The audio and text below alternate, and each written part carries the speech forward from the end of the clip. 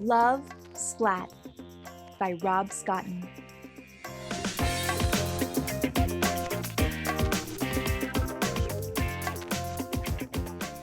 Splat stared into the bathroom mirror.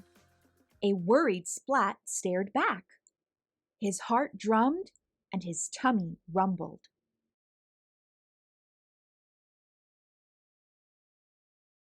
He straightened his whiskers, ruffled his fur, and brushed his teeth. Today he wanted to look just right. After all, today was Valentine's Day. Splat had made cards for everyone in his class, and he also made a special card for a certain cat in his class.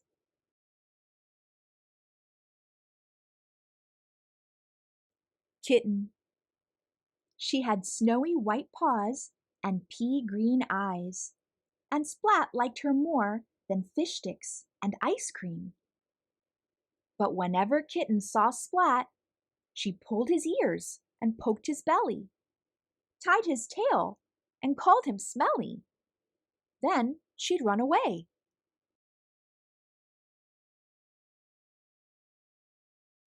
Why does she do that? Splat sighed. Seymour shook his head. Splat practiced his smile one last time and left the bathroom. His family wished him a very good morning.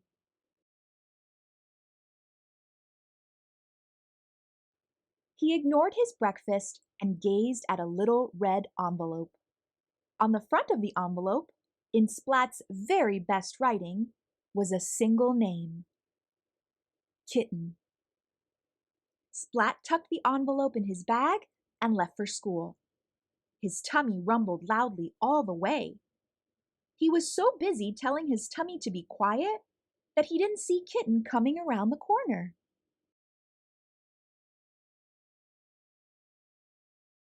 Splat! He bumped into her. And when he tried to say sorry, his tongue turned to jelly, his legs wobbled like rubber, and his tummy rumbled louder than ever. This happened every time he saw Kitten.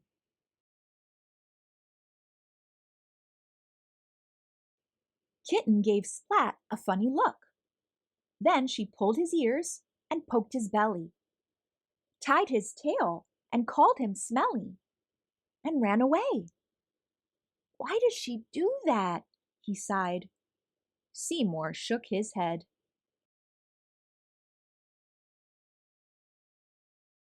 Later, in cat school, all the class swapped their valentines. Splat sat at his desk, clutching the little red envelope. "I'll give it to her soon," he said to Seymour. But soon it was recess.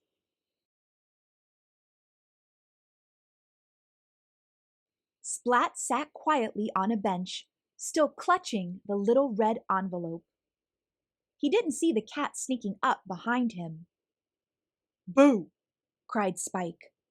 Splat jumped and dropped the little red envelope. Spike picked it up and read the name on the front. "I like Kitten too," Spike announced. "And I like her more than you do."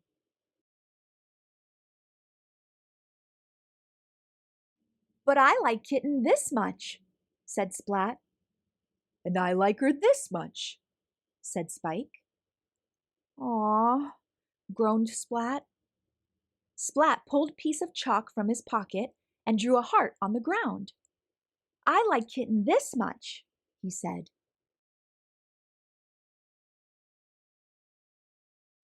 "And I like Kitten this much," said Spike, and he drew a heart around the whole playground. "Aw," groaned Splat.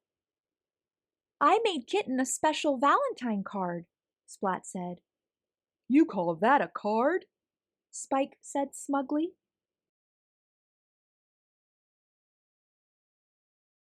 "Aw," groaned Splat. "It's not fair." Seymour shook his head. Splat's card looked teeny-weeny next to Spike's, and with a sigh, He threw it in the trash. Kitten opened Spike's card. The message inside read, "You are so lucky that I like you." Kitten smiled. Splat didn't, and he turned away. Splat didn't see the snowy white paws lift the little red envelope from the trash, or the pea-green eyes read the name on the front. Kitten took the card from the envelope and opened it. In Splat's very best writing were 3 little words. I like you. Kitten sat down next to Splat and gave him a little pink envelope. On the front was a single name, Splat. Splat opened the envelope, and on the card was a rhyme.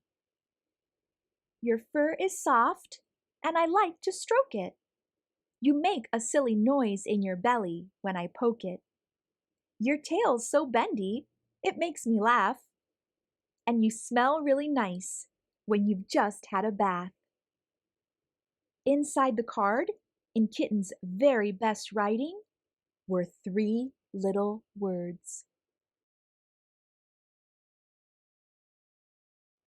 I like you.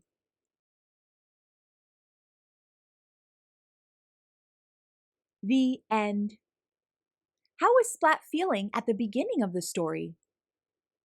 How did he feel at the end? Hope you enjoyed this story read by me, Star. Until next time, keep reading.